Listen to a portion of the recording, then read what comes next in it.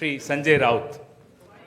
मैं ज़्यादा समय नहीं वेस्ट करते हुए श्री राहुल गांधी से आग्रह करूंगा कि वो प्रेस वार्ता को शुरू करें।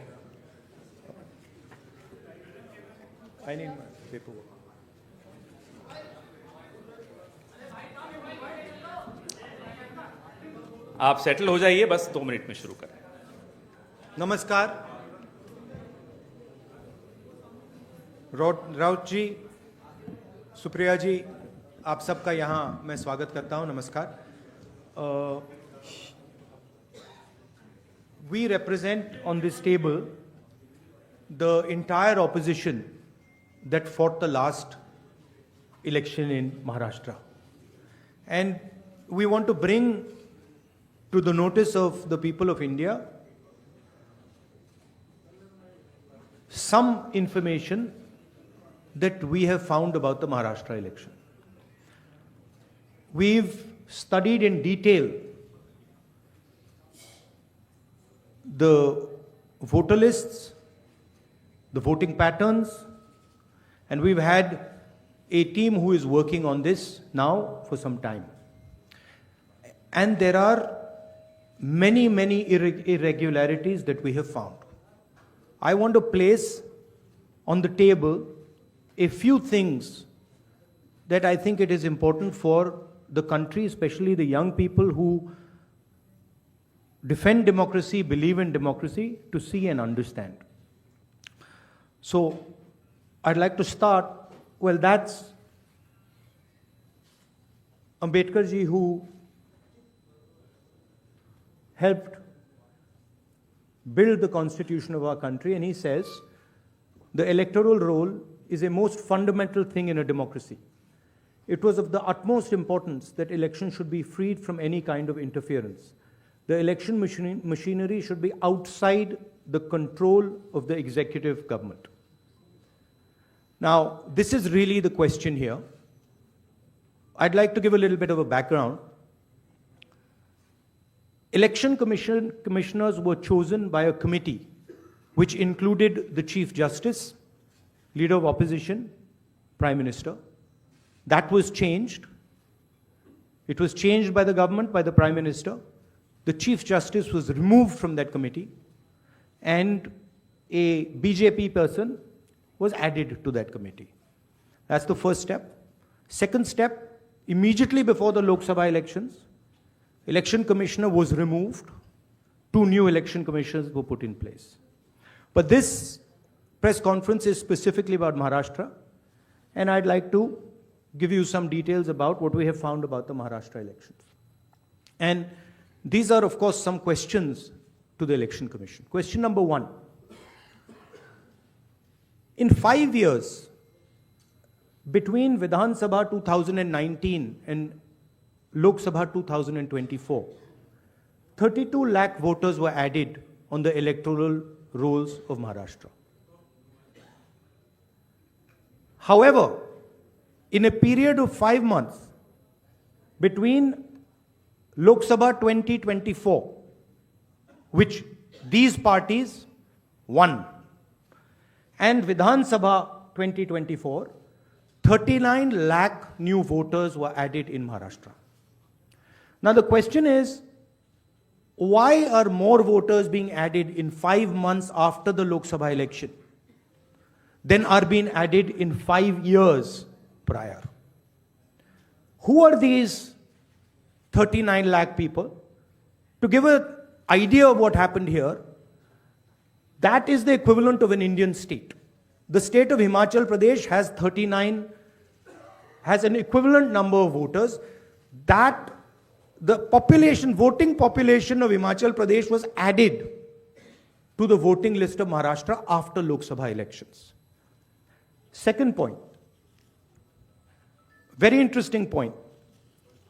Why were there more registered voters in Maharashtra than the entire voting population of Maharashtra? According to the government, the population of Maharashtra is 9.54 crores. According to the Election Commission, there are more voters in Maharashtra than there are people in Maharashtra. Now, this is an obvious anomaly, right? Somehow, voters have suddenly been created in Maharashtra. The government itself is saying our population is 9.54 crores. And the Election Commission has more voters than people in Maharashtra. It's the second question. And the third question, which is an example of many, many places, one of many, many places which we have found. The thing to understand is the number of voters who voted for these three parties has not reduced between Lok Sabha and Vidhan Sabha. We have got the same amount of votes. And here is an example. So the Congress vote in Lok Sabha 2024 is 1.36 lakh votes. In Vidhan Sabha, we get 1.34 lakhs, very close. 35,000 new voters are added. And BJP in Lok Sabha gets 1.9 lakh votes. And then in Vidhan Sabha, they get 1.75 lakh votes. And most of those voters that provided the BJP with their victory come from those 35,000 new voters who have been added. And this is not the case in only one constituency. It is the case in multiple constituencies. It is the case in Shiv Sena constituencies, Congress constituencies, NCP constituencies. Now, these are fundamental questions. And we have been saying to the Election Commission that we are finding anomalies. We need the voter list, names, addresses of the voters of Maharashtra. We need, yes, with photographs. We need the voter list of the Lok Sabha election. We need the voter list of the Vidhan Sabha election. Because we want to understand exactly who these new additional voters are. There is another factor in this, which we have also found, which we want to understand. There are many, many, many voters that have been deleted. Voters who are in one booth who have been transferred to another booth. Most of these voters come from Dalit communities, tribal communities, minority communities. Right? So we want to understand this. And we have made repeated requests to the Election Commission. They have not answered us. The leader of the opposition has said this in Parliament House. The Election Commission has not responded. Now, the only reason they would not respond is that there is something wrong with what they have done. I am not making any accusations. I am presenting data here clearly. And I am asking the Election Commission again. The three major opposition parties of Maharashtra are asking you for the voter list of Lok Sabha and the voter list of Vidhan Sabha elections. It is your duty to provide transparency in the election. It is not our responsibility to provide transparency in the election. So it is important that now, after repeated requests from the entire opposition here, that the Election Commission hands over the voter list so we can take our investigation to its logical conclusion. I'd like to just say this in Hindi as well. Sorry. Parliament House में मैंने अपने भाषण में कहा कि महाराष्ट्र के चुनाव में हमारी एनालिसिस के बाद वोटर लिस्ट पे कोई सवाल उठे हैं. मैं आज हिंदुस्तान के युवाओं को यह डेटा दिखाना चाहता हूं. सबसे पहला सवाल, 5 साल में जितने वोटर लिस्ट में ऐड किए गए थे, उससे ज्यादा वोटर महाराष्ट्र में 5 महीनों में ऐड हुए हैं. 32 लाख वोटर्स विधानसभा 2019 एंड 2024 के बीच में 39 लाख वोटर्स, मतलब हिमाचल का जो पॉपुलेशन है वो ऐड कर दिया लोकसभा 2024 एंड विधानसभा 2024 के बीच में। यह पहला सवाल है। ये जो एडिशनल वोटर्स ऐड किए हैं, ये हैं कौन, ये कहां थे और ये कहां से आए, पहला सवाल। दूसरा सवाल, बहुत महत्वपूर्ण सवाल, महाराष्ट्र का पॉपुलेशन सरकार के मुताबिक, महाराष्ट्र का अडल्ट पॉपुलेशन सरकार के मुताबिक 9.54 करोड़। महाराष्ट्र का adult population 9.54 crore. Election commission के मुताबिक महाराष्ट्र में 9.7 वोटर्स, 9.7 करोड़ वोटर्स हैं। इसका मतलब इलेक्शन कमीशन कह रहा है, देश की जनता को कह रहा है, देश के युवाओं को कह रहा है कि महाराष्ट्र में एडल्ट पॉपुलेशन से ज्यादा वोटर्स हैं। यह कैसे हो सकता है? तीसरा सवाल, यह एक उदाहरण है, कामठी विधानसभा। यहां पे कांग्रेस पार्टी को लोकसभा में 1.36 लाख वोट मिला है। विधानसभा में तकरीबन उतना ही वोट हमें मिला, 1.34 लाख। यह चुनाव हम जीते, लोकसभा वाला। लोकसभा के चुनाव में बीजेपी को 1.19 लाख वोट मिलता है। इस कंस्टिट्यूएंसी में 35,000 नए वोटर्स ऐड होते हैं और वो 35,000 के 35,000 वोटर सीधे बीजेपी के खाते में जाते हैं और बीजेपी चुनाव जीतती है। यह एक उदाहरण है, ऐसे महाराष्ट्र में अनेक उदाहरण हैं। हमारी कंस्टिट्यूएंसीज में, एनसीपी की कंस्टिट्यूएंसीज में, शिवसेना की कंस्टिट्यूएंसीज में हमारा वोट महाराष्ट्र में कम नहीं हुआ है, बीजेपी का वोट ज्यादा हुआ है। ये वोटर्स कहां ऐड हुए हैं? जहां पे बीजेपी की स्ट्राइक रेट 90+% है। हिस्ट्री में 90% स्ट्राइक रेट नहीं रही है। तो यह मैं देश की जनता को कहना चाहता था। अब हमने इलेक्शन कमीशन को एक बार नहीं, दो बार नहीं, 3, 4, 5 बार बोला है कि देखिए हम आरोप नहीं लगा रहे हैं, लगाना चाहिए मगर हम लगा नहीं रहे। हम आपसे सिर्फ महाराष्ट्र की वोटर लिस्ट मांग रहे हैं, लोकसभा की final voter list, name, address, photograph. Vidhan Sabha की final voter list, name, address, photograph. आप ये लिस्ट हमें नहीं दे रहे हो। ट्रांसपेरेंसी लाना आपका काम है।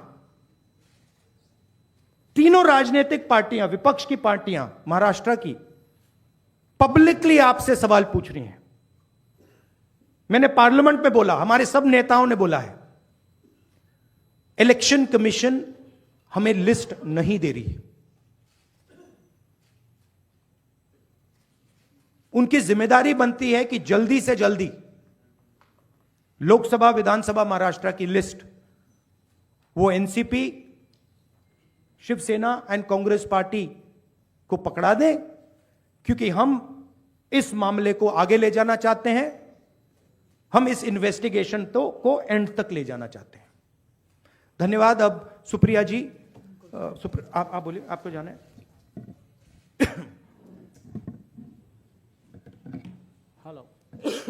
हेलो,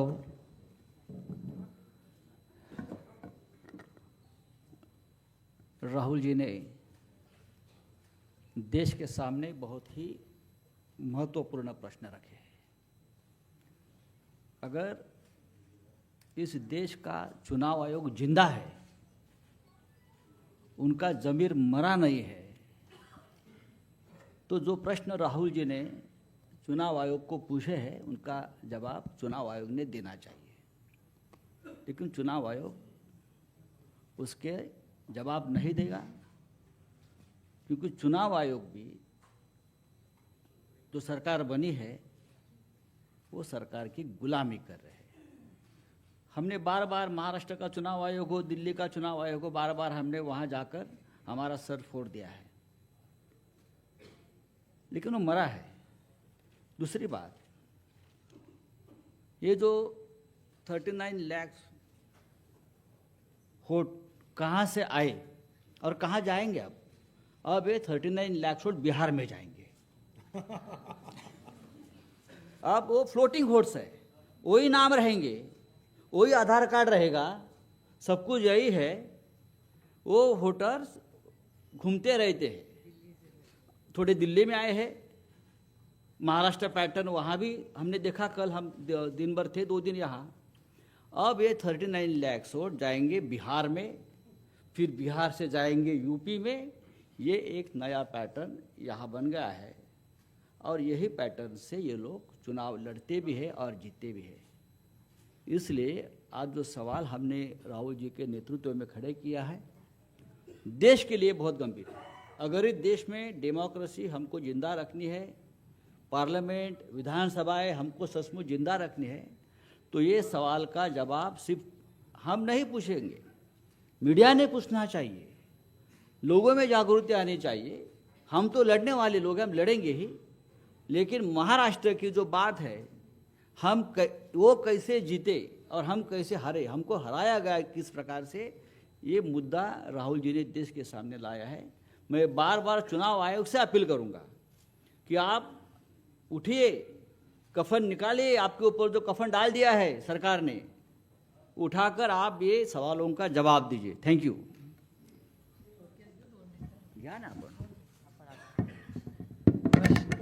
नमस्कार, मैं बड़ी संक्षेप से 2-3 अलग मुद्दे कहना चाहती हूँ। राहुल जी और संजय जी ने कहा, उसके बाद 2 चीज़ें मायने रखती है। एक तो मेरे जो सांसद में धैर्यशील मोहिते जी जो यहाँ आए हुए हैं, वो माड़ा लोकसभा से चुन के आए। उनके ही सोलापुर ज़िले में उत्तम जानकर जी इस बार हमारे विधायक बन के आए। उत्तम जानकर जी सोलापुर डिस्ट्रिक्ट से चुन के आए। उनका कहना है कि उनको वोटिंग जो हुआ है, मरकटवाड़ी, आप सब ने बहुत उस पर टीवी पे भी कवरेज दिया था, उसमें उनका मानना है कि वो चुन के आए हैं, लेकिन उनको जो वोट पड़ने चाहिए वो नहीं मिले हैं, तो वो फिर से जीते हैं, फिर भी री इलेक्शन चाहते हैं और कह रहे हैं कि बैलेट पे लिया जाए। उन्होंने उनके गांव में, उन्हें पूरे निर्वाचन क्षेत्र में सब मान भी गए, लेकिन वहाँ पुलिस भेजी गई और पूरा प्रोसीजर रुकवाया गया। तो वो इतना, हमारी सब मांग है वहाँ की, उत्तम जानकर जी और धैर्यशील मोहिते जी उनके एरिया में, कि बैलेट पे फिर से वोटिंग लाया जाए, मशीनें बंद की जाए।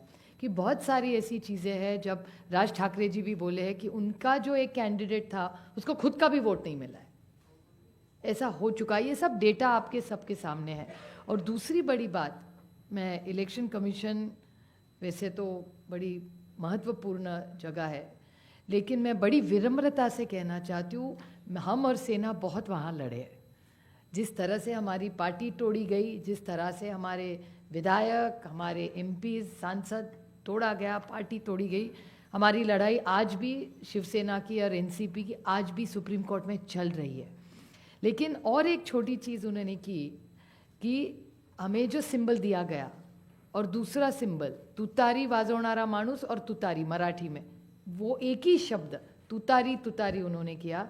और इसी सरकार के एक बड़े मंत्री है आज सरकार में, उन्होंने कहा था, जो आप सब ने मराठी चैनल्स ने दिखाया था, कि सातारा की सीट एनसीपी हार गई क्योंकि ये ट्रम्पेट और तुतारी थी, नहीं तो बीजेपी का वो सांसद हार जाता। ये सिर्फ मैं नहीं कह रही हूँ, इस सरकार के एक बड़े नेता कह रहे, जो मराठी चैनलों ने दिखाया, आज सरकार में है महाराष्ट्र में।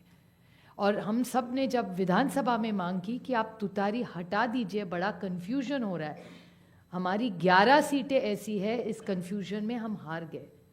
तो हमारी विनती थी कि आप ये तुतारी हटाइए, तो बोले तुतारी, हम ये सिंबल नहीं, हमने डेटा दिखाया कि कन्फ्यूजन हो रहा है ये सिंबल के कन्फ्यूजन में।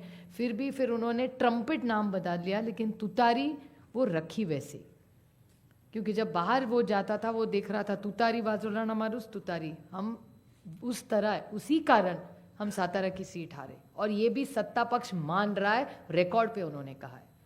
तो ये कैसे चलेगा? ये वोटर्स लिस्ट है, ये मल्टी फैक्टर अटैक है। ये सिंबल का इशू है, फिर पार्टियां तोड़ने का इशू है, ये वोटर्स लिस्ट का इशू है, और कभी कभी मशीन, लोग नाराज़ होते हैं जब हम मशीन के बारे में कहते हैं, लेकिन बहुत सारे ऐसे लोग हम सबको मिलने आते हैं। तो ये मल्टी प्रोंग अटैक हो रहा है, और अगर एक सशक्त लोकतंत्र रखना हो तो फेयर इलेक्शन तो होना ही है। हारने का कोई दुख नहीं है, जीते हारे जनता तय करती है। हम तो जीत के आए दोनों, धैर्यशील जी आए, बट बड़ी विनम्रता से हम कहना चाहते हैं कि इलेक्शन कमीशन ये फेयर होना चाहिए, इतनी हमारी मांग है। और जो हमें जो लोटस लिस्ट, फोटो सब मांग रहे, बस हमें दे दे। बाकी हम लोग क्या मांग रहे हैं? एक सशक्त लोकतंत्र में इलेक्शन कमीशन का रोल बहुत जिम्मेदारी का होता है। जिस संविधान के बारे में हम लड़ रहे हैं, राहुल जी बड़ी ताकत से उसके लिए लड़ रहे हैं। आप देख रहे हैं पार्लियामेंट में क्या हो रहा है। तो वो संविधान बचाना हो, देश बचाना हो, एक सशक्त लोकतंत्र के लिए महात्मा गांधी ने इतना बड़ा योगदान दिया, जवाहरलाल नेहरू ने देश को इतनी दिशा दी, इन सब के मान सम्मान, उनका जो उन्होंने मेहनत करके हम सबको ये हक दिया है, वो पूरा फेयर होना ही चाहिए। और हमारी लड़ाई नहीं है, हम सिर्फ पारदर्शकता चाहते, बाकी हमारी कुछ मांग नहीं। धन्यवाद सुप्रिया जी। अब मैं, क्योंकि तीनों को जाना है तो कम सवाल लेंगे। एएनआई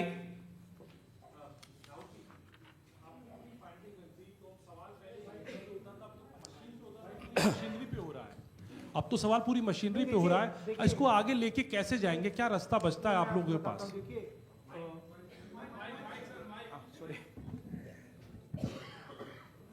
देखिए, दो चीजों के बीच में हमें फर्क क्लैरिटी से रखना है। एक है स्पेक्यूलेशन। स्पेक्यूलेशन कोई कह सकता है कि भैया मशीन में कोई प्रॉब्लम है, कोई दूसरी बातें कह सकती हैं, और दूसरा है फैक्ट। मैंने यहां स्पेक्यूलेशन नहीं रखा है, मैंने यहां फैक्ट रखा है। फैक्ट नंबर 1, हिमाचल जितने वोटर्स ऐड हुए हैं, कंस्टिट्युएंसीज में जहां ऐड हुए हैं वहां हमारा वोट एक है, बीजेपी का वोट बड़ा है। ऐड बीजेपी के कंस्टिट्युएंसीज में बीजेपी को, जहां बीजेपी जीती है वहां ऐड हुए हैं।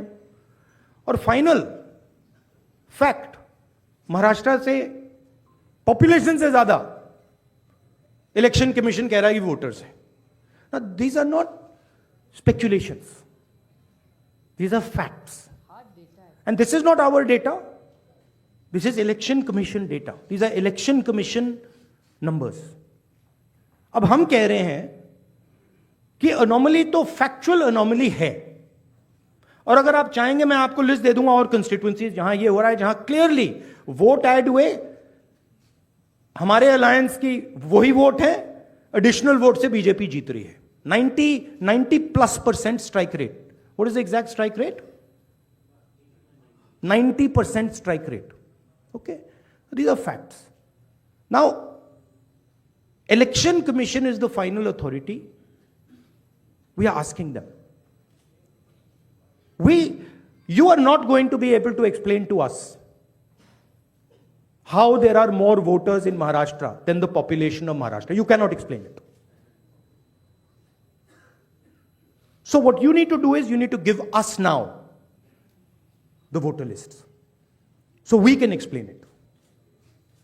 And I'm sure if they give us the voter list, we will have another press conference here where the answers to these questions will be available to you.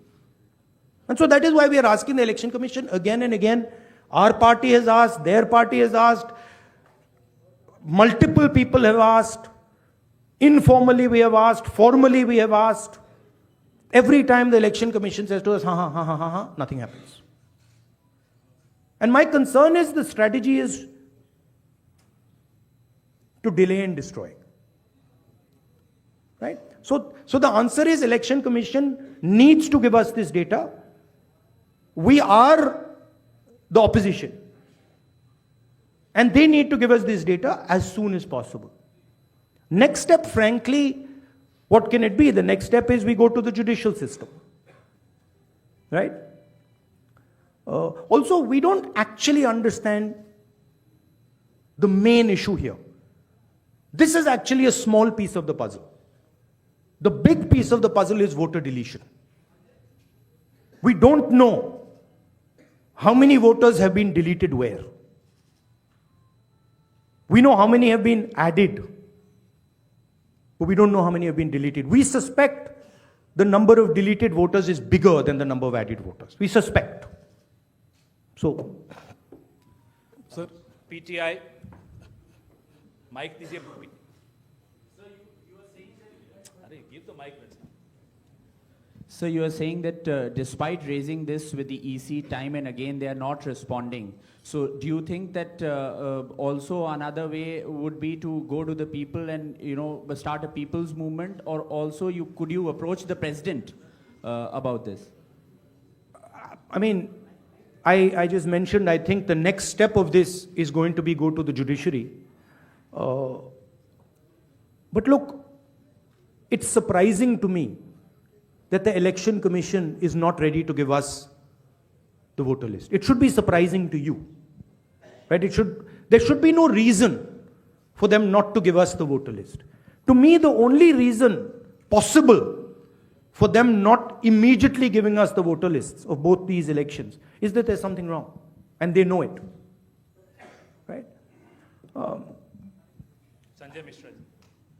Rahul ji, आपने और संजय जी ने कहा कि वोटर लिस्ट इलेक्शन कमीशन दे नहीं रहा है, और जिस तरह का उनका रवैया है शायद आपको मिले भी नहीं.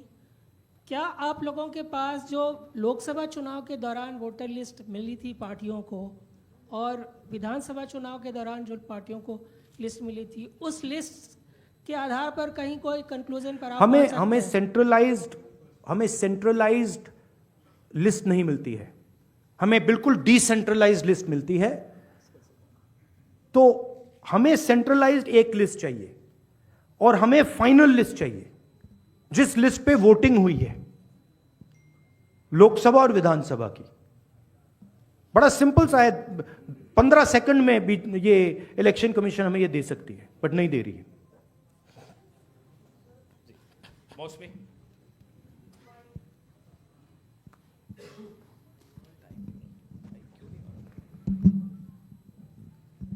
राहुल जी, ये जो आपने आंकड़े दिए थे कि लगभग 9 करोड़ 70 लाख 25,000 वोटर्स, 9 करोड़ 70 लाख वोटर्स हैं, वोटिंग पॉपुलेशन है, और जो अडल्ट पॉपुलेशन महाराष्ट्र की है वो 9 करोड़ 54 लाख है जी. तो ये जो सेंसस क्योंकि 2011 में हुआ है, क्या हम लोग को इसकी सोर्स पता चल सकता, और क्या वो प्रोजेक्टेड पॉपुलेशन है 5 साल की अंदाजन निकाली गई है? That is the Union Ministry of Health and Family Welfare data. Right? So that is normally क्या होता है, जितने वोटर्स होते हैं उतने वोट ऑलमोस्ट कभी नहीं करते हैं. नॉर्मली अगर आप किसी स्टेट में देखें तो 85%, 87% कर जाते हैं ऑफ टोटल वोटर्स. यहां पे आई थिंक 102% कर गए. नहीं, how much, कितना है ये? 102% कर गए हैं. तो it is not only that there are more voters than actual people, it is that the voting percentage is 102%. Right? The actual voting percentage of this should be 15% approximately. If you आप states को aggregate करो तो it should be 15% less than 9.54. It is actually 102%, right? So really, it's way beyond the population. जी, और दूसरी जिक्र आपने किया था कि सीईसी का सिलेक्शन जो हो रहा है. I think one question is enough. Let's not. नहीं. One last question, जैनेंद्र जी. राहुल जी, आप चुनाव के बाद वोटर लिस्ट मांग रहे हैं, लेकिन जैसे जो मुख्य चुनाव आयुक्त हैं उन्होंने भी जो पिछली प्रेस कॉन्फ्रेंस में कहा था कि ये तो हर साल जो मान्यता प्राप्त दल हैं उनको वोटर लिस्ट दी जाती है. चुनाव से पहले, ठीक पहले जो फाइनल रोल होता है वो भी उम्मीदवारों को और पार्टियों को दिया जाता है. तो अगर दी जाती हैं तो फिर हमें दे क्यों नहीं रहे? हम मांग रहे हैं, अगर दी जाती हैं, if it is the norm to give it, तो दे दो। वो तो चुनाव के पहले ही आप लोगों को दिया गया होगा क्या? नहीं, मैंने वो बोला आपको, वो डिसेंट्रलाइज तरीके से लिस्ट मिलती है। वो एक एमएलए को अगर लिस्ट निकालनी होती है तो उसे polling booth by polling booth by polling booth जाना पड़ता है। उससे उस डेटा से हम काम नहीं कर सकते, हमें सेंट्रलाइज डेटा चाहिए, पूरी स्टेट का डेटा, राइट? सर दिल्ली में जब नहीं, बट मान लो आप जो कह रहे हो सही है कि उन्होंने हमें लिस्ट दे रखी है, right? Fine, then why are they not just making it available to us? I'll add a small point. One second. Why are they not just making it available? हाँ देते हैं, आप मांग रहे हो, ले लो, वो दे क्यों नहीं रहे? Just one small point. नहीं, you were, हम साथ में थे अरविंद जी के साथ उस मांग में। और एक बात बताओ, महाराष्ट्र में जब हुआ था, अभी ऑनलाइन नाम बढ़ा सकते हैं आप। मेरे खुद के निर्वाचन क्षेत्र का मैं आपको उदाहरण दूं, मैं रोज मॉनिटर करती थी, क्योंकि आजकल ऑनलाइन करके collector has the final authority. तो लास्ट 3 दिन जब हम पूरे चुनाव प्रचार में सारे बिजी थे, यहाँ नंबर बढ़े थे। हमसे कह रहे हैं कि वो सही भी हो सकते हैं, लेकिन आजकल एक आधार कार्ड पे, अभी आप हमारे यहाँ लाडली बहन योजना में सारे गलत आधार कार्ड आ रहे हैं। ये मैं नहीं कह रही, प्रेस कह रहा है। आप ही ने तो दिखा, 5 लाख महिलाओं का नाम कम होता जा रहा है। See, what has happened is that this list is a dynamic list. And this list is constantly changing and anyone can change it. The nice way to say it is that the Election Commission has lost control of the list. The bad way to say it is the Election Commission has manipulated the list. What is very clear is that the list in Maharashtra has gone wrong. There's no doubt about that. Because, please understand, a list which is bigger than the entire population, a list where the population of Himachal Pradesh is entering into Maharashtra, a list where all the additional voters are going in favor of the BJP. Look at that page. All of them have gone to the BJP. It's not that 50% have gone, 60% have gone. It's the same. 35,000, 40,000. All have gone. So something is wrong. And it is the responsibility of the Election Commission now to come clean on what has happened. Right? The answer is not, we gave you the list. We as opposition are asking you for the list now. The answer is, give us the list now. Don't tell us about what happened in the past. We want to know now. If you have no problem giving the list, you've already given it to us, okay, give it to us today. And give us the Lok Sabha one with names, pictures and addresses. Give us the Vidhan Sabha one with names, pictures and addresses. Because if you don't, there is a serious question now that is being asked about Indian democracy.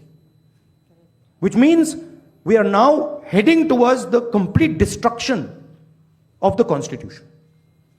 And we are in the business of protecting the Constitution. That is why I have put this here. And that is why I put Ambedkar ji. Ambedkar ji की photo मैंने यहाँ इसलिए लगाई है क्योंकि ऊपर लिखा है electoral roll is the most fundamental thing in a democracy. Election commission उसकी रक्षा नहीं कर रही है. हम मांग रहे हैं ये फंडामेंटल चीज जो अंबेडकर जी ने कहा है ये हमें दीजिए, वो करेंगे नहीं देंगे आपको. That is the issue here. Thank you very much. Thank you ji. Sir Rahul ji एक सवाल है. राहुल जी